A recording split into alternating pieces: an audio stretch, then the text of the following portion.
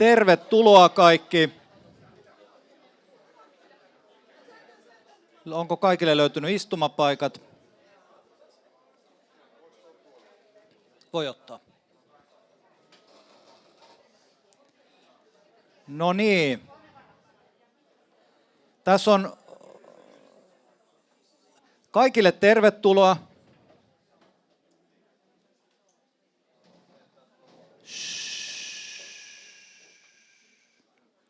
Kaikille tervetuloa. Osa teistä oli jo edellisellä luennolla, joka oli suunnattu urheilijoille, valmentajille, urheilu- tai liikunnan ammattilaisille. Nyt tervetuloa kaikille Zinzinon järjestämälle erikoisluennolle, joka on suunnattu terveydenhuollon ammattilaisille. Mä sanon tähän alkuun muutaman käytännön asian ja sitten muutamia sanoja meidän tämän päivän vieraspuhujasta. Jos olitte edellisellä luennolla, niin tulee vähän toistoa, mutta se ei varmastikaan haittaa. Kyllä. Mun nimi on Juuso Kääri ja mä toimin Zinzinon itsenäisenä edustajana.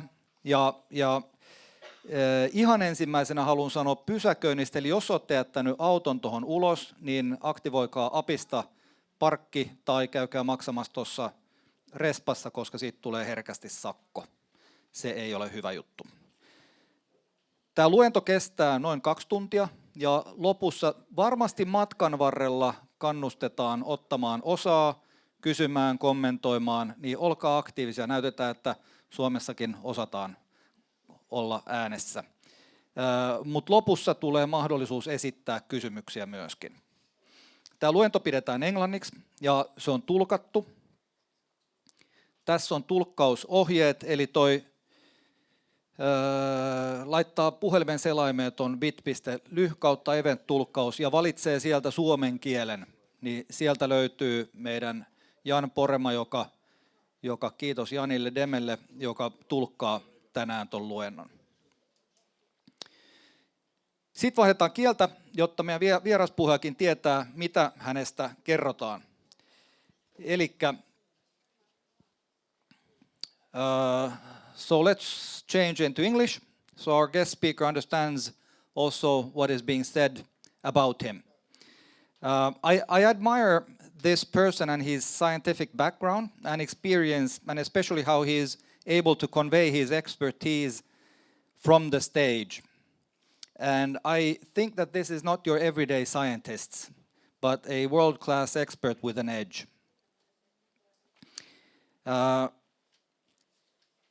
Welcome to this special lecture for healthcare professionals. Our guest speaker has been involved in human performance and sports science for his entire professional career. He has tested and coached Olympic athletes at 4 Olympic Games, Beijing, London, Rio, and Tokyo, and worked with Premier League football teams, the national football team of England, and national as well as international rugby teams. I think this is his favorite sport, so that's why it's mentioned. As an environmental physiologist, he has studied the functioning of the human body in extreme conditions and helped individuals achieve extraordinary goals, such as climbing to the top of Mount Everest, rowing the Atlantic Ocean, crossing the Sahara Desert, and traveling to the North and South Poles. He is an exercise and nutrition scientist with over 30 years of experience in elite sports, clinical physiology, and sports science research. He is an accredited strength and conditioning coach, accredited kinesiologist, and qualified nutritionist, equipping him with an all-round knowledge and understanding of how best to develop people along the road of their health and fitness goals. He has studied at Oxford, Liverpool Glamorgan, and Liverpool John Moores universities, and is currently a visiting professor at the University of Central Lancashire. He also works at Zinzino as the Chief Product Officer, making sure that science and the highest possible quality are the basis of what we do. Before Zinzino, he was the head of one of the top sports science laboratories in Manchester. He is well published among his peer-reviewed scientific literature and has authored and co-authored leading impact papers on nutrition, chronobiology, athlete preparation, and the changing state of health in Western industrialized nations. From clinical rehabilitation right up to elite sports performance, he has worked with an extremely broad range of athletes and individuals. Today he is best known for linking the evidence base of elite sports science and clinical health practice to everyday science activity and nutritional behavior. His driving philosophy is that health, wellness, and fitness are the building blocks of a life worth living, and that everyone, regardless of their personal circumstances, has the right to receive the absolute best levels of support and guidance when it comes to making positive lifestyle changes. Sport and fitness are vital industries, and the only industries that can breed a culture of health and hope that people can rely on, and that can make all of our futures brighter. So take out your notebooks and let's welcome Dr. Colin Robertson. Thank you very much. Thank you very much again. Hello, people, again. Thank you very much. I can see a lot of familiar faces from about 30 minutes ago, and I can see some new faces. I will try to be as energetic as I possibly can as I head into my third hour of talking. But the good thing is, let's get rid of that first of all. Seeing pictures of yourself is a strange thing.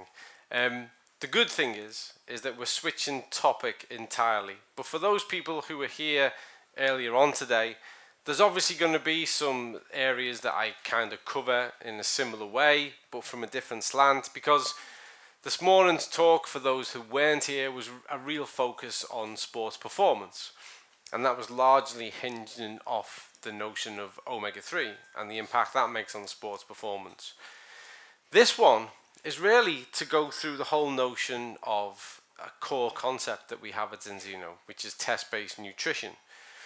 But prior to Zinzino, the notion of being test-based in your decision-making, well, that's really been the defining principle of my entire career. Anyone who's in the room, if you are a health practitioner, if you are a medical person, if you are a researcher, a scientist, test-based is the essence of what we do. Is we make an assessment, we test a parameter, and then we adjust something accordingly. That's the art of what we do. We make an observation, we make an intervention, and then we observe to see what's been the magnitude of change that has occurred since we did that. But historically, and I would say it kind of had to be done this way, but it didn't mean it was the best way to do it. That test-based approach belonged to two camps. One was the area that I've spent a lot of time in, which is high-performance professional sport. So the average person doesn't get to access it. We're talking about organizations that have surplus amounts of money, that expect the best possible standards. They're investing a lot so that they can measure and create an outcome.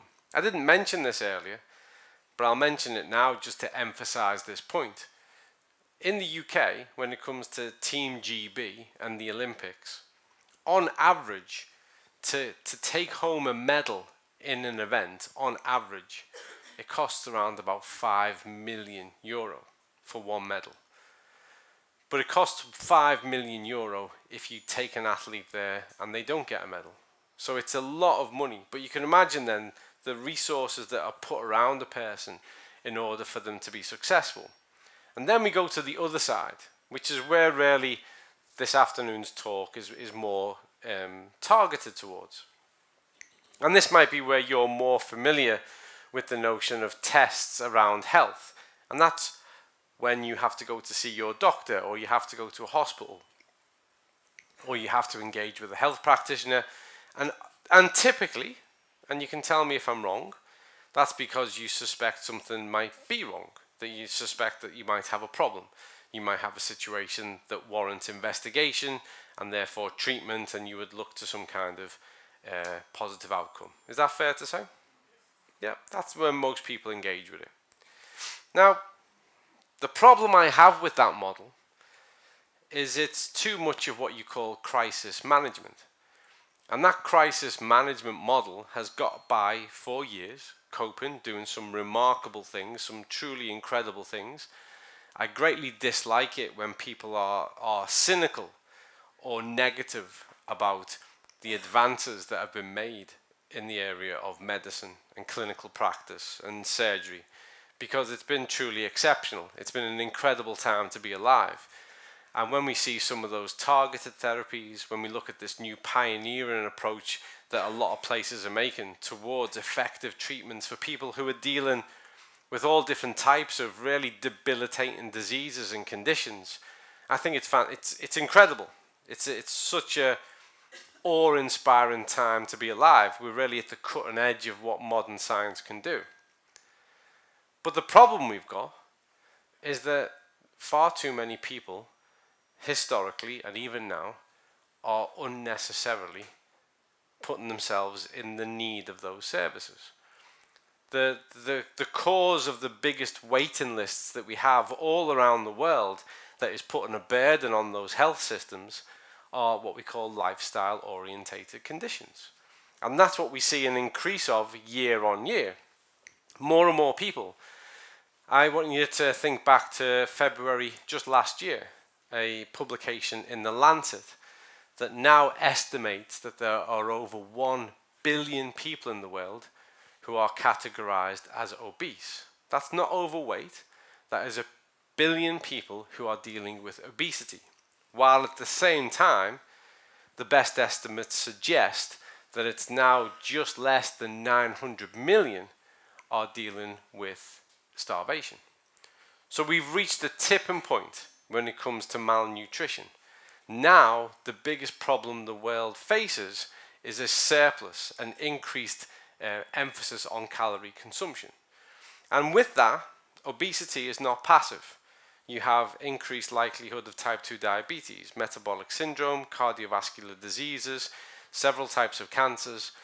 The list goes on, which by no coincidence we see increases of year on year. And we've been able to track that profile for the past 50 years. So every year for the past 5 decades, all of the problems that you would associate with lifestyle choices, primarily dietary, have increased in the wrong way. And it's only at the point that you suspect you have a problem that someone analyzes and measures something. And to me, that is a fundamental part of the issue, because we have more access to more scientific means than we've ever had before. Previously, tests that were unavailable to the general population are now quite easy to access, and people can be empowered by knowledge. They can make an assessment, they can check a status, and they can do something about it. And that's really at the heart of what test-based nutrition is. Now, because I've got you for so long, I can indulge myself in a few little stories. And when I mention the next bit now, I don't want to trigger anyone. I don't want anyone to be upset. But do you all happen to remember the year 2020? Yeah? Quite a normal year. Non-exceptional. Nothing in particular happened. Back home in the UK, we had a fantastic summer. It started in around about April and went all the way on to late September. You all remember that? It was nice, wasn't it? Can you think of anything that happened outside of the nice weather that the UK had in 2020? People are even scared to say it. I've already given the trigger warning, okay? So I don't want to tickle anyone's PTSD. Yes, the world unfortunately had to deal with a global pandemic. Do we all remember? And it affected different people in different ways. And I have to be careful I have to be sensitive in how I handle this, because it was catastrophic. The problem with COVID, and back home in the UK, as a part of the National Health Service's strategy panel, I was brought in as an expert to join that panel. And the reason why they brought me in was to be the expert voice around rehabilitation for people who had COVID, and long COVID syndrome. and also to help them to create brand new clinical roles, because we recognized that we would need new specialists in every hospital around the country to manage the fallout of this situation. And so I was brought in to inform this panel, this strategy panel. And as a part of that, we had access to all of the emerging medical data from all around the world, from leading institutes and hospitals, as they were starting to track the behavior of what was happening in the context of COVID-19. Now, the first thing you need to understand about the SARS-CoV-19 virus is that in itself, it was nothing exceptional. It wasn't that it was particularly a vibrant or in itself defiantly strong virus. The problem was the mechanism of the virus. But the real problem was that the mechanism of the virus coincided with a point in history like never before, when so many people already had compromised immune function at the same time. We didn't shut the world down because of a virus that people could pick up. We get viruses every year. We get viruses we don't even know about.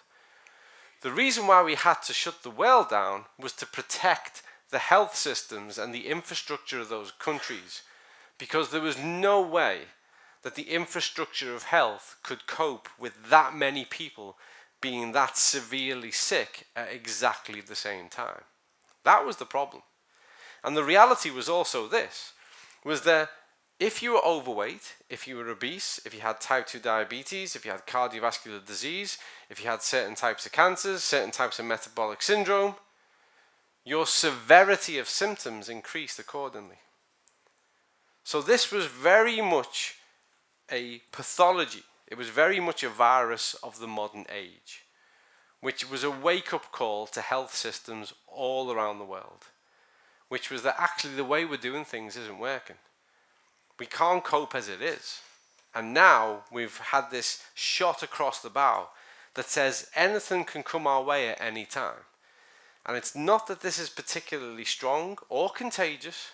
It's the fact that the way it works, it will take advantage of too many people who are already too compromised all at the same time, and we can't cope. And so what did we do? We shut the world down. I don't want to delve into any more of that. I'm sure people have their own ideas. But it was a necessary step given where the world was at. So why am I drawing your attention to this? Since around about 2005, myself and other people like me working proactively in the area of health, I've been attending medical conferences, scientific conferences, I've been doing interpretation of the data, and I've been saying everywhere, we need a stronger message about preventative health. Rather than keep rescuing people and pulling them out the water, we need to go upstream and stop people falling in. We are letting too many people be sick. Not enough people own their own health. We need to stop this flood of lifestyle-orientated poor health. And as a part of that, I was tracking certain aspects of status that could be measured. And one of the key indicators of that status was your vitamin D status. And vitamin D is fundamental within the immune response. And I started to strongly advocate that people, based on the evidence, should supplement with vitamin D, particularly at key times of the year. And I got a lot of pushback. I got people saying, no, we don't need to be preventative. We can fix them. Look at all these wonderful drugs we've got. Look at all these wonderful machines we've got. Surgery is advancing. We don't need, this is nonsense. This is just airy-fairy stuff. Don't worry. We've got this, we can fix them. And vitamin D, you know you can take too much of that. And I was like, yeah, because that's the problem. All around the world, every day, we've got queues of people coming in, being admitted because they've had too much vitamin D. That's the real problem.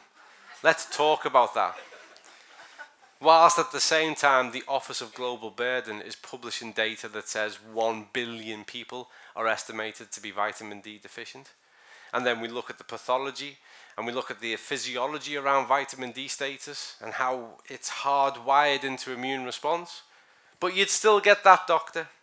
You can have too much, you know. You can have too much water and you'll drown. You can have too much of anything. But that's not the real problem. And it was dismissed. And so, COVID came about. Systems were mobilized. I have to say, by the way, I like to take this opportunity. The response from health systems around the world was nothing other than exceptional. And those people who were on the front lines and dealing with those situations every day for hours tirelessly are the true heroes of our nations. They really are. And it's because of those people that we got through that terrible time, who stepped up and went far and beyond what their pay packet tells them to do. So never forget that. We will forever be the generation that owe a huge debt to those people. They were incredible. But at the same time, all the data started to come out from places like Harvard and all the Mayo Clinic and all these leading places that were going, there's an interesting correlation. Because wherever we see vitamin D deficiency, we see the most severe symptoms. And we're seeing it everywhere, and it was getting independently reported from around the world.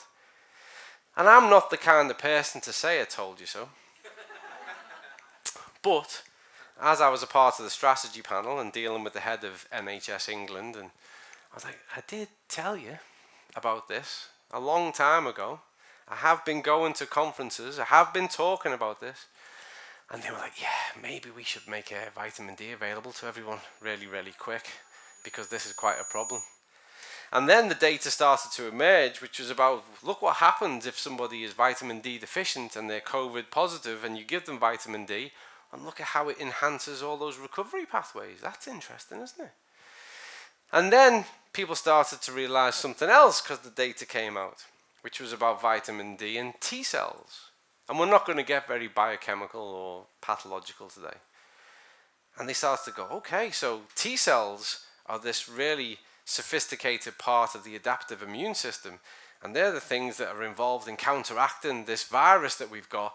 And it's a lack of those T cells which relies on the vitamin D, which is why this is happening. And I kid you not, on the day that news made the headlines in the UK, I received 179 emails from people saying, Dear Dr. Cole, what's the best source of vitamin D to take? And over half of them were from medical people. So now, post-COVID, my mission is to not let people forget. Because when we were in the thick of it, everyone, all the health strategy people were going, we've got to do more preventative. We've got to send a preventative message. We've got to get people to be more physically active. We've got to get people to make better dietary choices. We've got to get people to address these deficiencies in the diet. We can't let this happen again. But a bit like pregnancy for women and being kicked in a certain region for men, once the pain's gone, you forget about it. And you go, oh, I'll have another child. And if you're a guy, you think it's really funny to go and play football or rugby again. So you go back for more of the pain, and people go, yeah, it was bad, but we're back to square one. And I refuse to let that happen on my watch. Because the reason is we can do health better now. And the key to life, the key to the best quality of life is not to become sick. We will always need a health medical service, for sure. And it will always advance, and it will get better and better at what it's doing, and it will help and save more people. It's our job to stop so many people needing it. And there's two reasons why. One, life is rare. So far, with the deepest, furthest reaching telescopes we've got, all we've been able to see is us. Life is rare. It really is. And despite whatever your religious, spiritual, or philosophical thoughts are, the one thing we know for sure is we get this life. And it's short. It's really short. And everybody is entitled to live it well. and life should be an adventure. And I don't say that I'm not trying to be patronizing. I'm not trying to be wishy-washy. You should be looking to enjoy every single moment of your life to the best of your availability, opportunity. Don't listen and give in to stupid messages like, well, I'm a bit older now. That is such a self-convincing mantra. Stop that immediately. It's nonsense. Nonsense. I run pretty much every day, and nothing gives me more satisfaction than running past a 20-year-old. Love it. Here I come, son. I could be your dad, and I'm going to charge right past you. The more you believe in yourself and what you can do, and the longer you believe in it, the more you'll do, and you'll have a better life. And so really, all of this is about all of that. Let's start to measure things before there's something wrong. Let's start to assess the situation, see what we can adjust, see what we can improve, invest all of our effort in ourselves to be preventative so that we don't have to rely so much on medical systems. And so that only those who really are truly sick need to take up that space in the waiting room. That's the key bit, to live the best possible life that we can. And we can do things differently. So, if I talk that much about every single slide I've got, you might get out here at midnight. So get comfortable, and I hope you've brought snacks. So, let's go through it. And the aims of this talk is really, really simple. Why should we test? I've covered that a little bit, but believe it or not, I'm going to go even further into it. Knowing how to know. What makes a test reliable? Because there's science and there's pseudoscience. So the science, which is the real stuff, it's empirical, it's repeatable, it's accurate, it's reliable, it says what it is. And then there's fake science. And sadly, in the modern world, there is a lot of fake science that's taken up the news. And people who will willfully misinterpret things to tell you something that's not there. It's really important when it comes to measurement that we're really honest and we're accurate and we say this is what it is. And then how does testing something empower us to make a change? You need to look at that as well. And it does so in quite provocative ways, and I want to discuss that with you and challenge maybe some of your ideas or open your minds up to some new ideas. So, as always, I put these slides together so you can take pictures, not so much that I read off them, but it does keep me on track. So, the key bit here is this notion of individual biomarker analysis. And I know it'd be really easy to say, nonsense. You know, you might hark back to your parents or your grandparents and go, they never did any of this, and they were fit, and they were healthy, and they never had any problems. And people think like that. I think like that. Not so much, my mum died tragically young, but my dad, he was 92 when he passed away. And he lived his life. Have you ever seen the film Pirates of the Caribbean? Yeah. My dad was like, my children called him like Captain Jack Sparrow. He spent his life at sea. He was born in 1926. At the end of the Second World War, he got sunk in the Pacific and captured by the Japanese. Was held up there for a while. They even tortured him. He came back, joined the Merchant Navy, spent his life at sea, was a bare-knuckle fighter, loved to drink rum, had the wildest, craziest time. I'm one of his children from his marriage, but I'm aware of the fact that I have to be careful where I go in the world. And he lived a wild life and died at the age of 92, and even in his last week was determined to die at home and was trying to escape out of the hospital ward. So they just gave up. They went, just let him go home. He was determined to die at home, and he did. He fell asleep. This was his last night. He fell asleep, and that was it. How he was entitled to such a peaceful death after the life he'd lived, I do not know. But that's how he went out. But my dad never once in his life ate a mouthful of processed or ultra-processed food. Ever. He just refused. He'd seen it come. He watched it happen. The onset of it in the 1950s and 60s. And if nothing else, my dad was a shrewd man. He was Scottish, born in Glasgow, then went off to the sea and then set up a family in Liverpool for some crazy reason. And he saw it. And he intuitively said, this makes no sense. I'm not going to eat that. Why would I want food that was wrapped in plastic and put in boxes? And my mum was from Dublin, Ireland, and she was a nurse. And she was no master nutritionist, but she was the same. She was like, this doesn't make any sense. But the difference is she was the one at home and she had 7 children to care for. And so by the time we got to the 70s and 80s, when us lot were kicking around, and because of normalization and TV marketing and advertising, well, it started to creep into our house. And so we started to have frozen foods. And then mum, I remember in the 80s, wanted to buy a microwave because you could make things really quick. And we'd started to get dehydrated things in a packet. And I was a young child and I was thinking, what is all this about? And that was really where my fascination with food came in, because when mum made a Sunday dinner and it was all fresh potatoes and carrots and chicken, it tasted incredible. And then Tuesday night when you came home from school and you were given this, I was like, what's this? And so it crept into our home the way it crept in everywhere else. But the interesting thing at home was when our father, when he would come home he'd been away at sea, and he'd be home for a couple of weeks, there was none of it. We lived it was like the royal family had come to visit. Everything was back to fresh.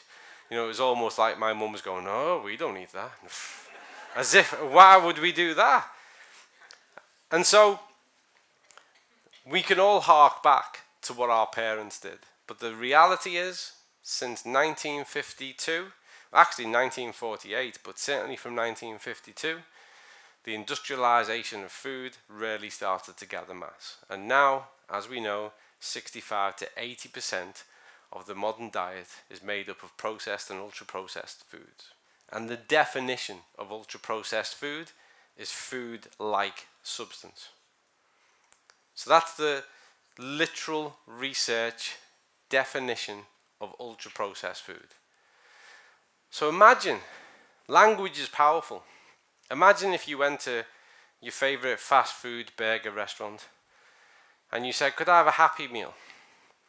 And they went, well, no, we can't give you a Happy Meal, but we can give you something that's like a Happy Meal. And we'd say, well, I'd just like some food. Well, we can't give you food, but I can give you something that's like food. I think less people would buy it. But because it's a research definition, it's a clinical definition, it's not a marketing definition, people go along and think they're buying food, but you're not. You're buying something that's like food. And it's defined by the characteristic that it's high in calories and low in nutrients. And often contains a lot of synthetic emulsifiers, has a lot of things as bulking agents, preservatives, and lots of things happen to it in the pipeline of its development, manufacture, that alter it significantly from food. And so then when we look at what we're going to look at with regards to your diet or your diet or your diet or my diet or your diet or someone at the back, there is a huge amount of variance. So me to say to someone in the middle there, you need to eat 1,800 kcals of energy per day and you need 80 grams of protein and you need, it's just guess. No idea. I don't know what you do. I don't know how old you are. I don't know how physically active you are. I don't know what the rest of your diet is like. And the key bit is, remember, there's a couple of fundamental things to remember. One is your gut is the center of the human universe. And in there, it's like a tropical rainforest. And it's finely balanced. There are all different types of bacteria, microbes, that are working on your behalf. 80% of the immune function comes from the gut. But it's as unique as your thumbprint. And by the time you age 4, it's written. That's how it is. Every other way that it's going to act and function is based on what you do. It's based on whether you eat enough fibers. It's based on whether or not you consume too many ultra-processed foods. There are so many things that influence that environment, but as a working ecosystem, by the time you're 4, that's it, it's complete. It's sensitive as to whether or not you were a cesarean birth or a natural birth. There are so many things that are implicated. So I can't say to you, you should do this, and everyone else do the same, because there are so many different things. So there's only one way I can answer the question that relates to each and every single one of you. It's to get you to test your status that refers to you so that you can make a decision based on what it is going to best work for you. It's as simple as that. Imagine this, and I say this especially to any medics in the room. Imagine if you went to your doctor and you went, well, I've been having some symptoms, low energy, keep getting a bit nauseous, a little bit lightheaded, craving a lot of sweet things. And they went, you're in luck. 2 days ago, someone came in, did a test for diabetes, and they've got it. So I'll give you their drugs. All right. So they describe the same thing, so he's going to give me what they, yeah. Do you want to just test me? No need. Tested them. It's all right, just take this. Imagine that. Imagine going to the hospital and saying, I've been having torturous migraines. No problem. 3 weeks ago, we did a scan on this young child. Had all kinds of problems. So we'll just do the same surgery. You all right with that? Yeah? Great. Sign me up. Get the knives out. Of course you wouldn't. You go, no, you need to assess me. And that would never happen, by the way. At least I don't think so. That would never happen. And so when it comes to a test, it's all about the individualization. It's about testing the person, not the perspective. And when we do this, and this is consensus-based, we see this across every observational study, where we implement meaningful, reliable measures around health, what we get is enhanced disease prevention. So when people are proactive, rather than waiting for something to happen, once they start to check in so that they can change the nature, the course of direction of their health, then it reduces. It's more preventative. It reduces the incident. We also get improved therapeutic efficacy. And what I mean by that is let's say you do a test and you find something's not right. You go, okay, I can start to build a strategy. In my instance, you're probably going to build a strategy that's around nutrition, exercise, something on those lines. But we also see, because a part of my role, which I'm not going to discuss today at all, but back home, for the past 10 years, I've led a charitable organisation, which to date we've supported 1,700 people who've been undergoing treatment for various types of cancer. And what we do is we partner with the local oncology departments, and we give those people for free access to structured physical activity, exercise and nutrition. So they undergo their standardized hospital treatment, whether that's chemotherapy, radiotherapy, surgeries, targeted therapy. But with us, we help them with their diet, their supplementation, their exercise, and we get enhanced treatment outcomes. And all the literature, all the research will tell you that's consistently the case. Across any kind of condition, whether it's diabetes, cardiovascular, if you support the pathway, you get better outcomes. And that's why I greatly dislike it when people have this notion that health practitioners are somehow at war with medical practitioners. That's nonsense. Everyone's working together to the same outcome. We should be saying we're working with you to stop too many people going to you. And if people are with you, we want to work with you to enhance their treatment outcomes. Because all the research evidence says that's what happens. All that we need is people to recognize who owns what expertise. I'm really strict on it. I don't carry medication. We'll come to that in a minute. But if someone comes to me and says, can I have paracetamol? I go, well, not off me, you can't. I'm not a pharmacist. How do I know that's the right thing for you to take? But at the same time, I greatly dislike it when doctors go, no, you don't need to take omega-3. Saying, what do you know? You did one module. In a 7-year degree, you did one module on nutrition and you didn't pay that much attention because it wasn't assessed. And I know, I've taught at the medical institute. I've had to be there with doctors going, when's this lecture end? So let's get real about where the expertise belongs. Some doctors are better than others. Some health practitioners are worse than others. There's a balance. And there is a need for personalized nutrition.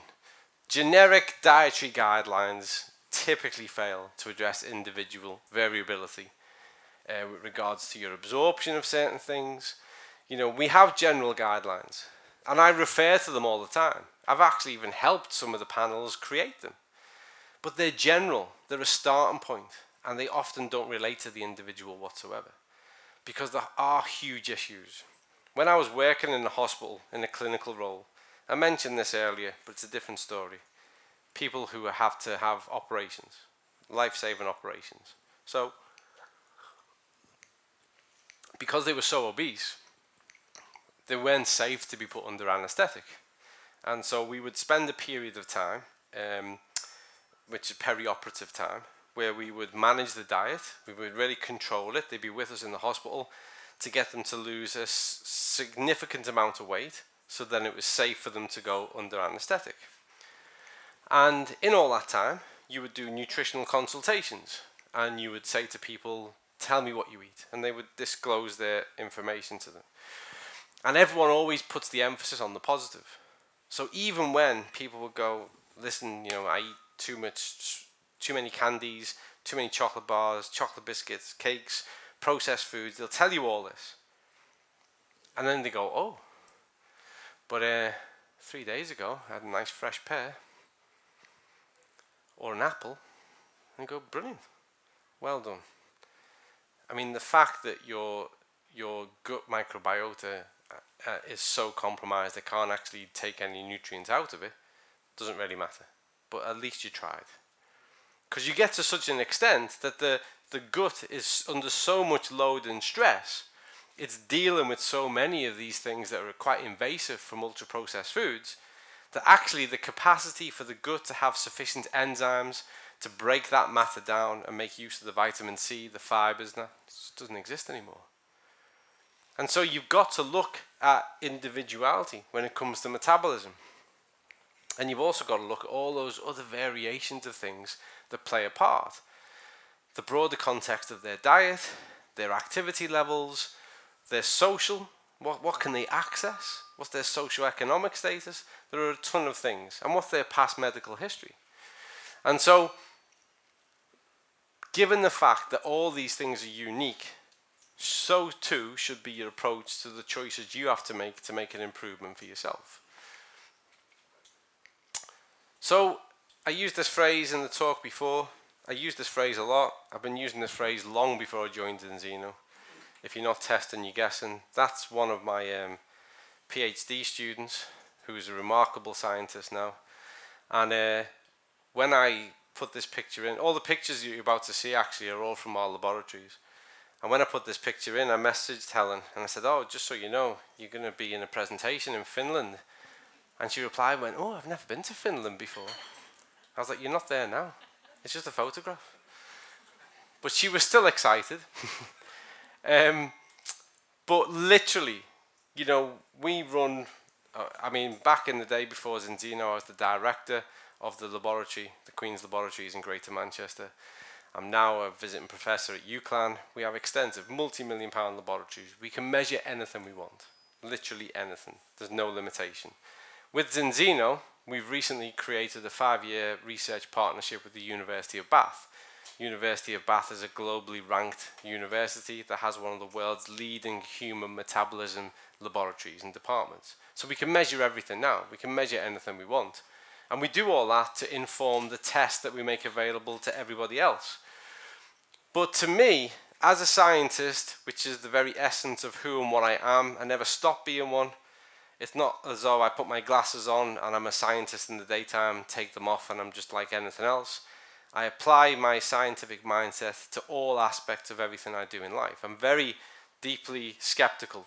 I need things to stand up to empirical investigation. They've got to be consistent, they've got to be reliable, and they've got to prove themselves to be accurate. And so to me, if you're not testing something, you are literally guessing. You're just taking a wild shot at it. Literally. It amazes me when I do nutrition assessments with people and I say, well, I just want you to weigh it out and you're only going to have 40 grams of pasta. And they go, weigh it? And I go, yeah, just get the scales that you have in the kitchen, just weigh it. Don't own scales. Really? Like, that, to me, it's the simplest aspect. It's like, you've got to have some way of quantifying what you eat. And so from that, all the way through to body scanners, to blood profiles, which Helen's actually particularly really good at. You need a steady set of hands. Anyone worked in a laboratory and done this type of work? No? Oh yeah, we've got a few. You know, you need steady hands for this, don't you? So many things can become a co-contaminant in this process. And to be fair to her, she's excellent. So, you might not have scales in the kitchen, but do any of you own one of these? Unless you've got limitation in your shoulder, you're more than welcome. Well, you do. I like to call this the sad step, because that's what it leads to most often. It's a set, and most people keep it in their bathroom. Is that right?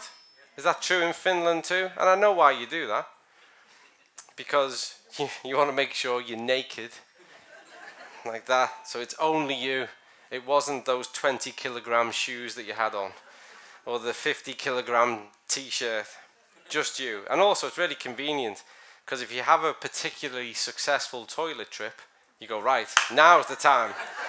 Now's the time. This is great. This is the lowest I'll be all week. And this is really common. So most people, like most of you, you're familiar with the idea of testing some aspect of yourself, that you invest that this means something in the context of your health. Yeah? Everyone's familiar with it. If you don't have one, you know what it is. What does it tell you? It just tells you weight. It doesn't tell you whether it was fat. It doesn't tell you whether you've just been really successful in the toilet. It doesn't tell you if it's muscle. It doesn't tell you if it's fluid. It just tells you weight. And your weight varies day to day. Your weight literally varies based on what you eat. Actually, your weight varies. There's so many studies that show your weight varies on your sleep, believe it or not. So how much fluid you've taken on board that day. How many times you've been to the toilet. There's lots of things. But what do people think? They go, low score good, high score bad. Yeah? That's the general rule. It's kind of like they don't care. It doesn't matter. It's lighter, so it must be good. But it's so misleading. It's really misleading. And I'm not going to delve into it too much. But if we look at this craze that's gripping the world currently, watch it fall apart, of weight loss injections. Yeah? It's gripping the world. It will fall apart, I promise you. And when they got on the scales, they got these weight loss injections, brilliant.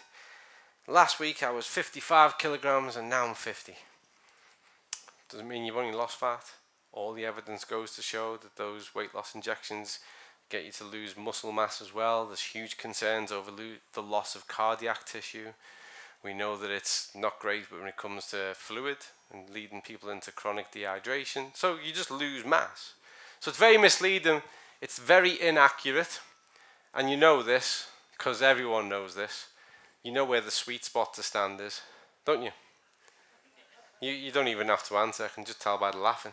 You know to go, oh, I'm 60. Oh, no, it's okay. I'm 58 kilograms like I was last time I did this. Everyone knows there's a sweet spot. Really inaccurate, but really common. And you all understand that testing something can give you some kind of insight, and you start to believe in it. Don't believe in this. And then we have this. So now, people, I've got one on now. Hands up in the air. Everyone who owns or is wearing a smartwatch or a Fitbit or something. There we go. It's really common now, isn't it? Everyone, like, people are loving them, looking around. There's even people without their hands up who've got them on. They just don't want anyone to know. We've got Oura rings. Yeah? So these kind of wearable tech, which, by the way, I'm a huge fan. Imagine if I said they're terrible, and there we go. I am a fan of them. And they are more accurate in some areas than they are in others. And actually, a few years ago, I did a bit of research as part of a team for Apple when they wanted to put an ECG into an update that they did. And our laboratories, we had quite sophisticated ECG. And so they asked us to form part of a group just to look at the accuracy of the ECG. So they wanted to use our kit in the lab and compare it to what they were putting into the watch. It was a really good project. I enjoyed working on it, and they really did improve what they were doing. But it's not perfect. It's not perfect. Do you know what these are terrible at? Rubbish at? Have a guess. And you probably love it, and you're going to hate me now for telling you. Yes, they're awful at measuring calories. Honestly, they're terrible at measuring calories. Because the algorithm of how it works is not based on any direct measure of metabolic output. But people love it, don't they? Because they'll go, right, if I walk briskly to work, 300 calories, I can have a chocolate bar now. I've earned it. And it doesn't work like that either. But people do that. And then the one that's really I'm a huge fan of, but also upsets me, is what's the other thing they measure that the people now, and I'm happy at this part, but I'm also sad that people start to talk about. It's become a currency of language that we never used 10 years ago. What does it measure that people talk about every day? Steps. 10,000 steps. Got to get my steps in. That's what you hear people saying. Now, I'm behind that mission. In my book, I even wrote a little section on it. I also explained what I don't like about that. Is because here we are in the 21st century, a quarter of the way through. We've got rockets out in space. We've developed technology to the point that you've got entire encyclopedias in your pocket. We've so advanced. And the best health message we can give humans is walk. That's it. Which is actually the one thing we were designed for. That these things that are hanging off your hips. That's what they do. And I've said this before, so forgive me for repeating myself. But imagine being stood by the side of a river and looking at the fish and going, swim! Go on, swim! Or looking at birds and going, fly! Fly! You think it was crazy, wouldn't you? But here I am saying to people, you need to walk. Really? Do I have to? Yeah, you do, yeah. Try and do 10,000. 10,000 steps? What? Every day? And why? Because the number one cause of poor quality of life, disease, poor health, in the whole of Europe and industrialized nations is sedentary behavior. People just don't move anymore. May I ask a question? Yes. What is the background of that 10,000 steps is good at? What is the background of that 10,000 steps is good and so on? What is the background of this story? Do you know? Yeah, I'll come to that now. Yeah, I will do. Because I don't believe in that. Yeah. Well, that's a great question, and actually, it's a good point, well made as well. So first of all, I will get to that. Give me 2 seconds. So because people are so inactive, we had to quantify a target and say you should aim towards 10,000 steps per day, which for the average person is approximately 4 miles. So it's like 6, maybe 7 kilometers, just short of 7 kilometers per day that we're getting people to do it. And then what you do is you subtract that down, is to go, well, how long would that take the average person to walk based on the average time spent walking? So you go, okay, well, the average person walks at around about 5 kilometers per hour. So you go, okay, so if we say 10,000 steps, and that averages out at around about 7 kilometers for the average person who's doing about 5 kilometers per hour, that means we're going to get people to be active for around about an hour and 10, an hour and 30, so up to 90 minutes per day. That's where it comes from. It's an inverse equation based on time spent being more active. And that's it. And that's where 10,000 steps equated to. A certain type of typical distance for the average person based on the average time it takes a person to go that far. If they do that much, we're getting up to 90 minutes worth of physical activity per day. And we know that 90 minutes of physical activity per day, well, that constitutes 6% of your day. And then 6% of that activity time, that has a measurable benefit on overall metabolic health. That's it. Simple as that. What upsets me is that I have to tell humans to walk. What? I've got to walk. And so I break it down and I make it achievable. But these measure it. And this is one of the reasons why I love them. Because when this campaign started, I never imagined we'd get to a point where people would say things like, I've got to get my steps in. Where people would talk about how many steps they have. That it becomes a talking point that's really achievable for a lot of people. It's simply measurable. Even your phone will do it. By the way, if you don't have one of these, your phone will do it. Your health app on one of these, leave it in your pocket, and it kind of makes a relatively accurate measure of those steps as well.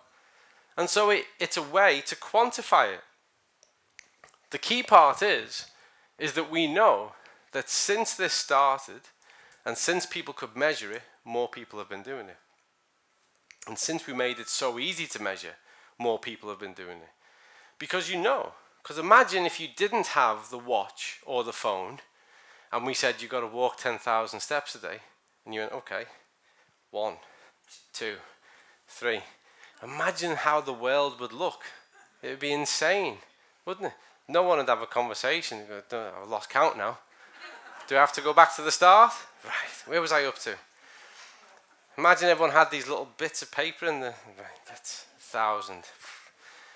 But technology and testing has unlocked that for us, and it is proven to be more successful. The good thing is, whether you like it or not, the data that can be derived from all of these organizations, because you're so keen to use it, you go, yeah, have all my data, and you give it all that consent away.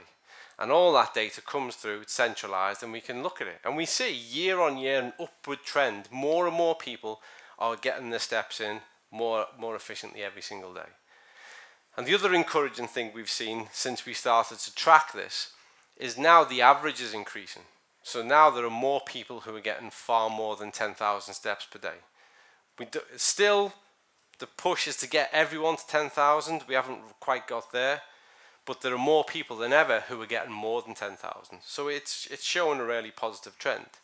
So all across, and then someone else said, when I said what's one of the things this measures, they said sleep, and they do, kind of. And sleep, I mean, if you're ever struggling to get to sleep, go and read some of my peer-reviewed literature, because a lot of it is about sleep. And sleep is fundamental for human health. If you are exercising, the number one recovery strategy is to make sure you get enough sleep. If you are dealing with a period of challenge in mental health, try and get more sleep. If you are dealing with trying to manage your weight, get more sleep. Sleep is a fundamental attribute of human health. It's when the body restores itself, it goes through a self-cleanse cycle, it consolidates things to memory. Every aspect of the human self improves when you get sufficient amounts of sleep. And these measure it.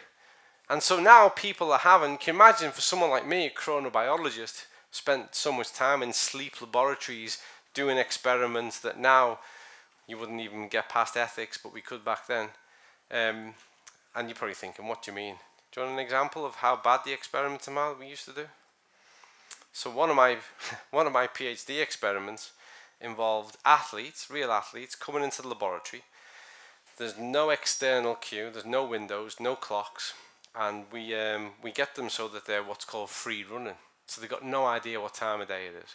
And after about 3 or 4 days, they lose all orientation. They don't know what time of day it is. And then we've got them on a calorie counted diet, and then we get them to do exercise. But then for the testing, they have to do exercise whilst they have a rectal thermistor up their bum, so that we can measure core temperature. Once they do the exercise, we then shove a probe in, take a muscle biopsy. So we take a sample of their muscle tissue out. And then once they've finished that, so they're sleep deprived, calorifically maintained in a very deprived state, deprived of light, they have no idea what time of day it is. They've got a probe up the backside. We then take muscle tissue, and then they have to run on the treadmill for an hour. You'd never get past ethics now. We'd never get it past ethics. All the fun is gone in research. All the fun is gone. Every now and then we have like a reunion of all the people who took part in that, and they've all got PTSD. They all walk into the room and burst into tears when they see me. But we measure things. Let's get back to this. I'm distracting everyone. And sleep is a key component. Personally, I don't like wearing my watch when I sleep. So mine never measures it. But that's where these things, you've got an Oura ring, haven't you? So these rings do. But we know for a fact that we're getting to the point, actually, because of sleep kind of metrics, where it won't be long now until we have something that's like a tiny patch. And you'll put that on and it'll correspond with the watch or the phone, and it'll measure those sleep metrics. So we're developing these technologies all the time to enable people to measure more. And so most people here, whether it's the SAD step, whether it's this, you're familiar with testing and monitoring yourself. It's a normal thing. All we're suggesting is that we take it a step further. This again is photographs from our laboratories. And we had this, so you can't see it, but he, by the way, is a phenomenal athlete, endurance athlete. On the wall he's looking at, we had this written up on the laboratory walls, which is advanced analysis leads to enhanced outcomes. The more accurately we can measure you, the more meaningfully we can change something to lead to a measurable improvement that enhances your outcome, enables you to be a better version of yourself. If in sport, we can measure that in a competition. In life, we measure that in our health status. We measure it, we act accordingly, we adjust what it is that we do to enhance the outcome. You know what I've only just realized? And maybe you saw this. But that's actually me. I didn't realize I was actually in that photograph. The person who's front and center in that photograph, who looks really, really happy, and I've often had that effect on people, is a world champion kickboxer, and tough, as you can imagine. And you can see he's not the happiest at that moment there in his life. And then James in the middle is an Irish athlete who went on to win several gold medals and silver medals at a range of competitions. So when we do this, we lead to better enhanced outcomes. But accessing those labs, that's one section of a laboratory you can see there, which is what we call the Human Performance Corner. The laboratories themselves are worth in excess of 30 million. The cheapest service that we would offer to a member of the general public would be £450. So guess how many members of the general public came in to use our lab? None. But how many athletes did we get who were funded? That's where the song kicks in. That was perfect. Endless amount of athletes. Also, we were a medical research collaborator. So we had lots of studies that were going on with patients and different types of groups so we could look at health outcomes. So, here's what we need to do. When it comes to any type of test, let's really start to get stuck into this now. When it comes to any type of test, we have to ask questions. What does it tell us? I'm going to use these scales as an example. So what does this really tell us? Does it tell us fat loss? No. Does it tell us muscle loss? Does it tell us water loss? Water retention? Does it tell you if you've lost fat and gained muscle? Does it tell you if you've lost muscle and gained fat? Does it tell you anything about your immune function? It literally is one-dimensional, and yet people use it routinely as an indicator of their overall well-being. And yet it tells so little, and what it does tell is misleading. And so we need to recognize the problem. We need to know what it is that we want to know about. So for me, if I want to know whether or not somebody's gained muscle mass, well, back at the laboratories, we have it's a bit like a scanning system, which is called the DEXA scanner. And you go into it, and it literally measures accurately and separates bone mass from fat mass to muscle mass, everything. And it can quantify as a total each of those, whether it's fat, muscle, bone. Very expensive procedure. It's similar to undergoing x-rays, radiation involved, so it's quite a complex procedure. So we have to recognize the problem. What's the problem? What is it we want to know? And then we have to know what question to ask. This is a key part of it. You have to have the intelligence to know what's the question we need to ask here. Then we need to be able to understand the answer. And then we need to be able to use that answer to create a solution. Because it is absolutely pointless just for me to point out something that is wrong if I can't empower you to do something about it. And at the moment, we get asked this a lot, why don't we do DNA tests? And remember my background, where I started off was a cellular biologist, and I'm still to this day fascinated with things regards to DNA and gene expression, and I'm fascinated with that area. It will forever be my kind of passion project. And DNA testing is widespread, it's everywhere, and it's often quite expensive. My problem with DNA testing commercially as it is right now is you get the information and go, so what? What are you going to do? And I like it when people come to me and they go, I did this DNA test, and they show me the output. And I know, I've literally, my early training for 3 years in a really world-leading genetics lab was DNA and genes. And they show me these pages of feedback.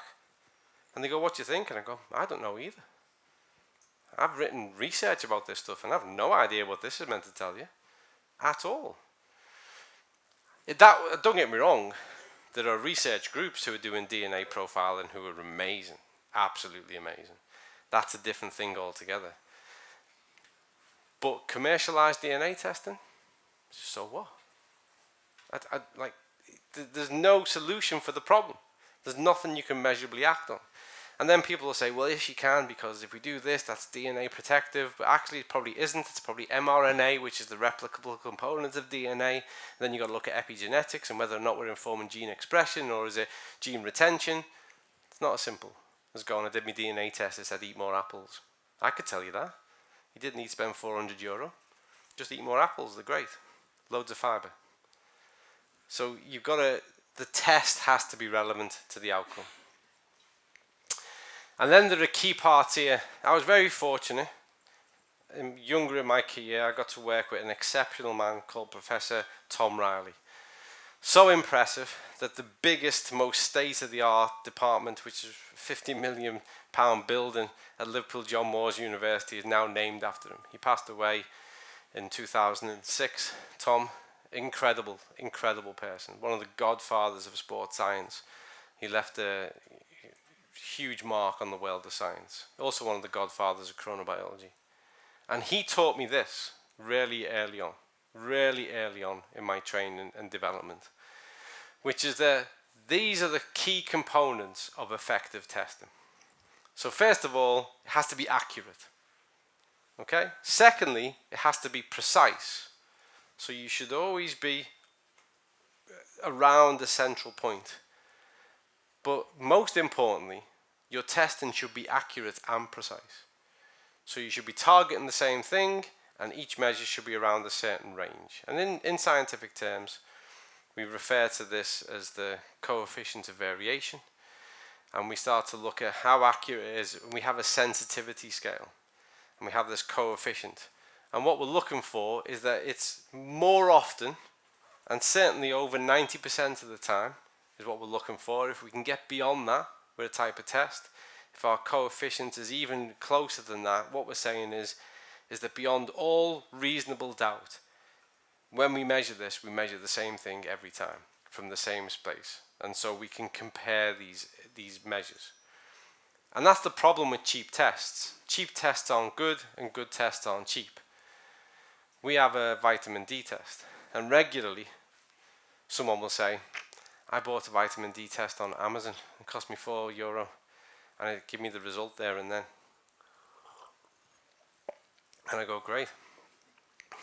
Well done. And what did it tell you? And they say, well, it's different to yours because it said my range was this. And I go, well, the difference between that test and ours is that's what's called a homeostatic test. So it's tested from wherever it is right here and now, in that moment. Our test is a 3-month retrospective. So it's quantifying a total from the whole blood. So it's not literally what it is today, it's how it is typically. And that's really sensitive to change if you start to look at something like a HbA1c test, which is a blood sugar test, because you can influence that daily. If you've had a chocolate bar that day, then you're going to get a higher score. If you've avoided chocolate for a couple of days, you're going to have a lower score. But if you do a HbA1c test, which is a 3-month retrospective, you're going to get the average of how you've been eating for 3 months. And if you can manage your diet for 3 months to get a good test, then you're doing great. Keep that going. That's what we want you to do. That's exactly what we want you to do. We want you to manage your test so well that when you do the test, you got a good score. So that's exactly what we're leading towards. So a good test needs to be accurate, it needs to be precise, it needs to be accurate and precise. And the language is it accurate, is it sensitive, is it reliable, and is it repeatable? So can you recreate the same conditions every time? Now the testing we do, which is dry blood spot sampling, we give people guidelines. We say you should do the test this way. And there is always someone at some point who will say the best way to do a test is to go into the laboratory and do it there and then under strict conditions. And I go, yes, that's absolutely right. We've so far tested nearly 1.5 million people. So can you imagine the queue around the block of getting them into the lab? From all over the world.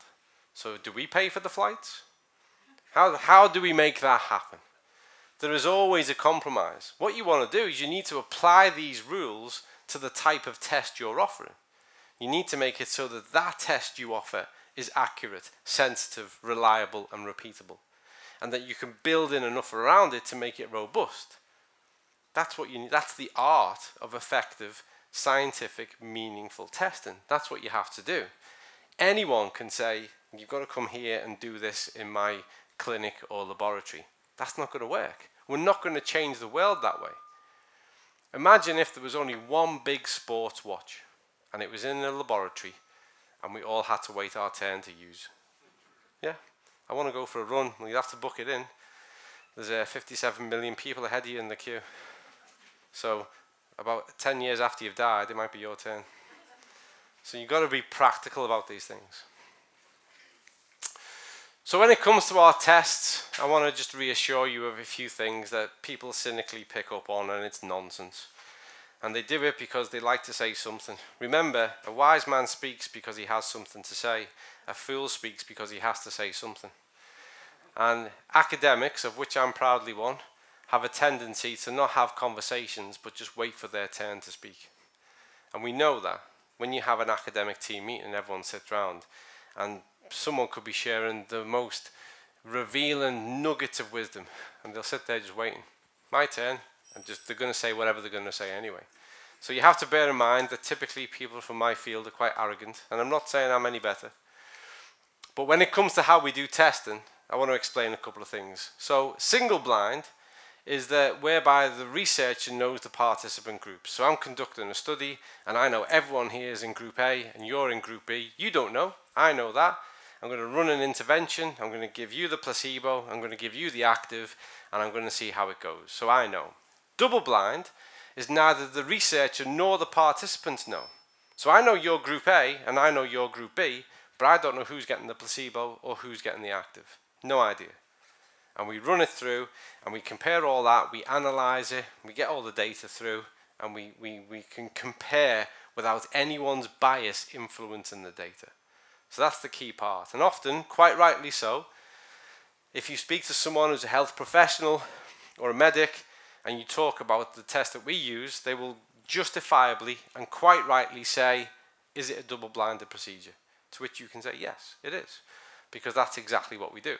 So we use VITAS, and again, for those of you who don't know, VITAS are a laboratory based in Oslo. They've been going now for over 25 years. They're world-renowned. They are experts in the field of DBS, dry blood spot sampling. They, over the course of their years, you can go on their website. Between the lead academics and researchers there, they have over 200 peer-reviewed research articles. They frequently publish in The Lancet and Nature, which are some of the highest impact peer-reviewed journals in the world. They've received millions of pounds of centralised European funding to help departments and institutes to develop health tests. And they've partnered with some of the people that I'm more familiar with. So before I joined Zinzino, and I was asked to look at Zinzino and what they were all about, one of the first things I saw was that they claimed to be partnered with VITAS. And at the time, I was the lab director for those labs you saw a moment ago, Queen's Laboratories, Greater Manchester. And I knew straight away who VITAS were. And I thought, that's a bold claim. Because if you're not partnered with them and you're telling everyone you are, that is going to come back and kick you on the backside. And so I called them up. In the interest of thoroughness, I thought, well, that's a big claim. So I called up Vitas and I said, I'm on this website of a company called Zinzino. They claim to utilize your services when it comes to scientific testing. Is that true? And the person on the phone said, yeah, we do hundreds of thousands, at this point, hundreds of thousands of tests for Zinzino. One of our best customers. Fantastic. Here's what we do with them. So I knew that they were the real deal and they were really using it. And that also made me go, well, the test is real. And for those of you who don't know Vitas, I want to put it into context for you. So I very proudly studied at one point at Oxford University, which consistently comes out as the #1 university in the whole world. I'm very proud of that. I'm very privileged to have gone there, worked with some exceptional people. Vitas have done work with Oxford. They've also worked with Cambridge, who are another world-ranked university, as well as MIT, Stanford, Harvard. They've also worked with the NHS, and there's lots of other institutes. But I want you to keep in mind, just go back to Oxford for me. Oxford as an institute is unparalleled. Its value as an organisation is approximately 5 billion. Okay, it's a big, powerful institute. If you've never been, go for a weekend. Oxford is beautiful. The buildings, the facilities, they have state-of-the-art laboratories, world-leading experts. They have the Radcliffe, they have, there's so many endless billions of pounds worth of resources. And still they get to a point where they go, we're going to get Vitas involved to analyse this for us. So think about that for a moment. Cambridge the same. Stanford, MIT, Harvard. And now I could say these things and you go, yeah, you're just saying that. Just go and have a look. Go and look through the research list. Go and look at Thomas Gunderson and his research collaborations and the people he's researched with and the institutes where that peer-reviewed. It's been right through the rigors of science to be published and the institutes they've published with. So the next time someone says to you, but yeah, we use this test down here, that's fine. You're not comparing apples with apples.